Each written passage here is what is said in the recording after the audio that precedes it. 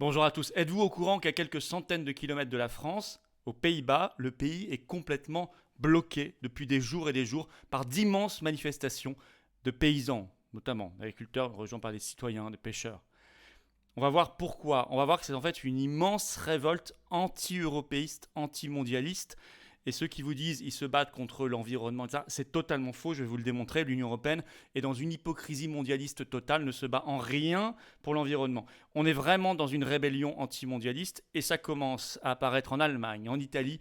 Et nous pensons, puisque la même politique va s'abattre sur la France, qu'il peut y avoir la même révolte en France et c'est d'ampleur. C'est d'ampleur. On y revient dans un instant, je vous explique tout ça, c'est extrêmement important puisque les grands médias sont terriblement silencieux. Il y a que 2-3 articles de presse, je vous les citerai. Enfin, c'est terriblement silencieux, notamment à la radio et à la télévision sur ce sujet. Pourtant, c'est extrêmement fondamental, extrêmement inédit et historique ce qui se passe. Justement, nous avons un événement aussi très important ce lundi 11 juillet à l'Assemblée nationale, motion de censure qui doit être votée l'après-midi, puis loi Covid, la nouvelle loi Covid. Je vous ai fait des vidéos sur l'un comme sur l'autre. C'est très important. Nous, on est là. Rendez-vous 17h devant l'Assemblée nationale. Grande manifestation nationale, populaire. C'est place Édouard Herriot à Paris, juste devant l'Assemblée nationale. Venez nous rejoindre. Venez très nombreux. Emmenez du monde. Emmenez vos drapeaux français. On va dire des choses très fortes. Et j'ai écrit à tous les députés d'opposition, sans exception. Stop au sectarisme. Il faut maintenant prendre ses responsabilités et penser à l'avenir du pays, aux enfants, notamment aux générations qui viennent. On ne peut pas ne pas agir. Voilà, donc je vous attends. Si vous le voulez bien, évidemment, vous avez toujours la pétition nationale contre cette nouvelle loi Covid pour inciter les députés à voter contre un lundi. Elle est en lien sous la vidéo en description. Vous la signez à la relayer si ce n'est pas encore fait. Vous pouvez également vous abonner à cette chaîne YouTube. C'est un énorme moyen de relayer tout ce travail là aussi. Parce que c'est comme ça, plus vous êtes abonné, on file vers les 400 000 abonnés, bien plus ces vidéos circulent rapidement. Donc un énorme merci à ceux qui vont s'abonner maintenant ou dans les secondes qui viennent. Un petit clic, c'est une seconde, c'est gratuit bien sûr. Il suffit d'appuyer sur le bouton. Et puis bravo et merci à ceux qui se sont récemment abonnés massivement. Venez aux patriotes, voilà. Je le mets à l'endroit. La carte orange, elle est là, voilà, justement pour aller à l'endroit, pour remettre le pays dans le bon sens, pour le remettre sur ses pattes, et qu'il aille, et qu'il marche, et qu'il court dans la bonne direction, voilà. Pas dans la direction de l'oligarchie, pas vers le précipice, pas vers le ravin, non, vers l'avenir, vers un beau destin, vers un bel avenir de liberté, de souveraineté, de prospérité, de justice sociale, de beauté, d'harmonie, d'humanité, voilà, de liberté et de souveraineté et d'indépendance. C'est tout ça, c'est possible. Ce sont nos combats, c'est le patriotisme, c'est l'amour de l'humanité, c'est l'amour de la France libre. C'est tout ça la carte orange. Et si vous êtes adhérent, vous rencontrerez des gens dans votre commune, dans votre département, dans les communes à côté. C'est ça aussi le grand intérêt de rejoindre cette immense famille. Alors je vous attends. Le lien pour adhérer aux Patriotes ou reprendre votre adhésion annuelle, je pense que c'est le moment de le faire vu les combats et l'agenda qui arrive. Le lien pour adhérer ou reprendre votre adhésion annuelle est sous la vidéo en description et également en commentaire épinglé dans les dernières secondes de la vidéo. Vous pourrez cliquer directement sur un lien sur l'écran, ça reviendra au même. Également sous la vidéo en description, un deuxième lien pour faire un don de soutien aux Patriotes. Et oui, ça coûte cher les législatives, on doit éponger des centaines de milliers d'euros, on n'a pas eu le remboursement de l'État bien sûr. Et on a cette manifestation devant l'Assemblée nationale, toutes celles qu'on a faites, qu'on va faire, ça coûte très cher, on n'a pas de financement public 2022, on n'a pas de financement bancaire, on n'a rien, on est contre l'oligarchie, donc on n'est pas aidé, bien au contraire. Donc ceux qui peuvent aider, selon leur capacité, c'est formidable. Les dons, les adhésions, les réadhésions, vous le savez, sont défiscalisés aux 2/3 pour vous. Bravo aux donateurs et aux réadhérents, bienvenue aux nouveaux résistants patriotes adhérents. Alors, la révolte des paysans aux Pays-Bas s'étend. Elle est largement occultée par les grands médias. C'est une révolte de prise de conscience de l'agenda mondialiste, si on veut parler clair et si on veut être précis. Une révolte, une rébellion populaire de prise de conscience de l'agenda mondialiste. Alors, quelques articles de presse, il n'y en a pas beaucoup qui en parlent en France. Par exemple, Valeurs Actuelles, le 8 juillet, la Hollande est au bord du chaos. Un pays au bord du chaos qui est à quelques centaines de kilomètres de la France, ça devrait faire la une tout le temps. Eh ben non. L'Express, 8 juillet, une réforme agricole qui met le feu au pays. Le Figaro, 8 juillet, une colère qui enfle. Alors, par cette vidéo notamment, on va contribuer à secouer le cocotier et à faire que tout le monde va en parler, vous allez voir. Alors, d'où ça vient? C'est que le 10 juin dernier, pour répondre à des exigences de l'Union européenne, je vais y revenir, et notamment parce qu'il y a eu une décision de la justice néerlandaise qui a sommé le gouvernement d'obéir à l'Union européenne, mise en place par Mark Rutte, qui est le Premier ministre néerlandais, d'un plan gouvernemental de réduction des gaz à effet de serre qui doivent baisser de 55% d'ici 2030, c'est-à-dire en 8 ans. Alors notamment, ce qui est largement mis à contribution, c'est l'agriculture aux Pays-Bas. Donc il faut baisser leurs émissions d'azote de 40% en moyenne jusqu'à 70% dans certaines régions. Ça veut dire, c'est surtout de l'émission naturelle, par le cheptel, mais aussi par les engrais. Et donc ça veut dire une baisse de 30% du cheptel néerlandais, 30% du bétail en 8 ans. Donc c'est vraiment extrêmement brutal. Ça veut dire des fermetures programmées d'exploitation agricole, surtout autour des zones européennes qui s'appellent Natura 2000. Voilà, c'est ça qu'a dit la justice néerlandaise et qu'a mis en place le gouvernement néerlandais. Alors, certains pourraient se dire, c'est bien de réduire les émissions d'azote, etc. Mais c'est pas le sujet. Il y a beaucoup d'autres techniques. Et surtout, c'est bien de faire ça quand à côté, vous ne les augmentez pas par d'autres politiques de l'Union européenne qui les augmentent à notre détriment. Je vais vous expliquer tout ça dans un instant. Donc, ne tombez pas dans le panneau que c'est une politique verte. C'est pas du tout une politique verte. C'est une politique mondialiste. C'est un agenda mondialiste. Alors, je vous explique tout ça précisément. Alors, énorme réaction. Surtout à partir du 28 juin, vous avez des dizaines d'agriculteurs qui ont fait le siège du domicile de la ministre. Alors, aux Pays-Bas, elle s'appelle ministre de la Nature et de l'Azote. C'est pas une blague. Ministre de la Nature et de l'Azote, ils sont allés à son domicile, ils ont fait le siège, avec leur tracteur 6 tonnes notamment. Et puis ensuite, ça y est, c'est parti, surtout à partir du 4 juillet, blocage d'autoroutes, d'aéroports, des supermarchés qui ne sont plus approvisionnés, un peu s'inspirant, vous savez, des convois de la liberté qu'il y avait au Canada en février dernier à Ottawa, qui ont fait si peur au Premier ministre Trudeau là-bas. Et d'ailleurs, ils ont gagné beaucoup de choses, ils ont supprimé des passes vaccinaux. Bon, donc ils se sont inspirés beaucoup de cela. Le 5 juillet, dans la ville de Heerenveen, la police néerlandaise a tiré à balles réelles sur des manifestants. On a retrouvé des balles dans des tracteurs, une balle qui a effleuré à 2 cm un jeune agriculteur. La police néerlandaise est coutumière du fait, en tout cas quand il s'agit de manifestations antimondialistes. Je vous rappelle que l'an dernier, il y a quelques mois, lors d'une manifestation à Rotterdam d'anti-pass sanitaire, la police avait tiré à balles réelles sur la foule. La semaine dernière, 40 000 paysans avec leurs tracteurs aux Pays-Bas se sont réunis au centre du pays. Donc c'est vraiment gigantesque. Alors ça vient d'où vraiment ? Il y a la décision du gouvernement, je vous ai dit, le 10 juin, mais d'où ça vient vraiment ?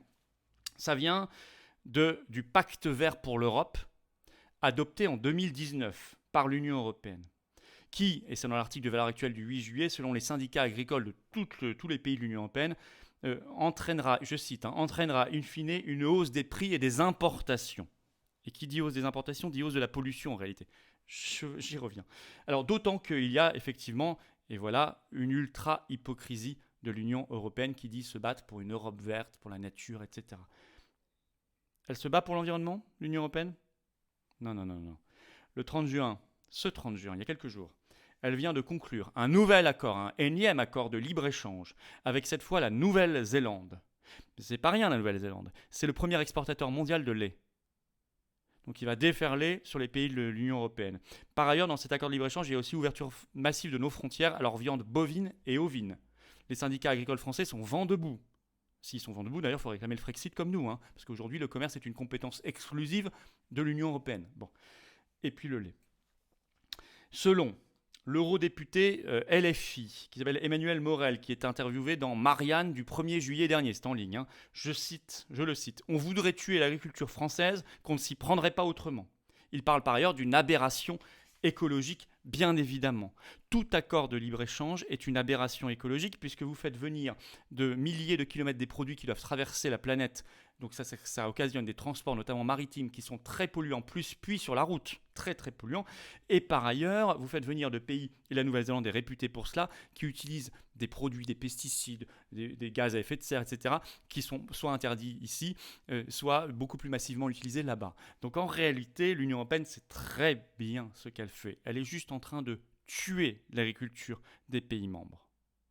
Et les Pays-Bas bougent en premier parce qu'ils sont les premiers à mettre en place les réformes exigées. Mais la France ne l'a pas encore fait, mais la France devra le faire si elle reste dans ce schéma. Justement, il y a extension de cette révolte populaire. Ces derniers jours, des agriculteurs allemands, des citoyens allemands aussi, se sont réunis sur l'autoroute A7 à la frontière entre les Pays-Bas et l'Allemagne pour soutenir les paysans néerlandais. sachant qu'ils seraient aussi, eux, croqués. Émergence depuis quelques jours, nous dit Valeurs Actuelles, et on a vu des images effectivement sur les réseaux sociaux, du même mouvement en Italie. Pourquoi les Pays-Bas? Parce qu'ils sont les premiers à l'appliquer, tout simplement. Le signe profond que tout ce qu'ils font là contre les paysans néerlandais, c'est un projet mondialiste. Il y a des critères qui ne trompent pas. 1, l'implication très massive de l'Union européenne. Dès que vous avez l'Union européenne massivement impliquée quelque part, vous savez que c'est un sale projet, que c'est un projet mondialiste. 2, le refus du dialogue. C'est brutal. Il y a d'autres solutions. Moi, je suis pour une agriculture plus propre. Je suis pour qu'elle tienne mieux compte aussi de la condition animale. Il y a beaucoup de choses à faire et il y a des choses qui ont été faites, honnêtement. Développer aussi le bio, les circuits courts, l'agroécologie, il y a plein de choses à faire. J'ai visité plein d'exploitations agricoles extrêmement imaginatives qui font beaucoup de choses très très bien. Mais tout ça, ça nécessite quand même de respecter les gens qui travaillent la terre, de respecter ceux qui en vivent et de les écouter. Et de dialoguer et de mettre en place des choses intelligentes. Là, c'est pas du tout ce qui s'est passé. 10 juin, il faut tout de suite que ça se mette en place, moins 30% d'ici 8 ans, tout ça est délirant. 3, autre signe, c'est un projet mondialiste, l'hypocrisie. Je viens de vous expliquer ces accords de libre-échange avec la Nouvelle-Zélande signés le 30 juin en même temps. Mais il n'y a pas que ça. Vous allez sur le site internet de l'Union européenne. Vous verrez qu'il vous parle des accords de libre-échange, je cite, en cours de négociation par l'Union européenne. Vous avez, donc la Nouvelle-Zélande c'est fait, vous avez le Vietnam, je prends ceux qui le citent, Vietnam, Mexique, Mercosur, plus ou moins gelé mais pas totalement abandonné, Chili, Australie. Ça, c'est rien que ce qui est en cours, tout ce qui a été fait par le passé, il y en a déjà beaucoup.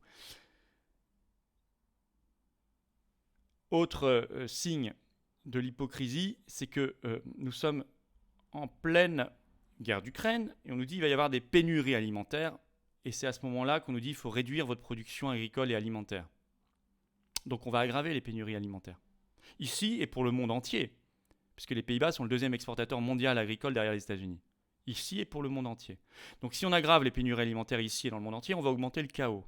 Le mondialisme ne cherche pas autre chose qu'augmenter le chaos. On va aller peut-être vers des rationnements alimentaires. Le mondialisme n'envisage pas autre chose. Donc vous avez bien la preuve que vous êtes dans un projet mondialiste.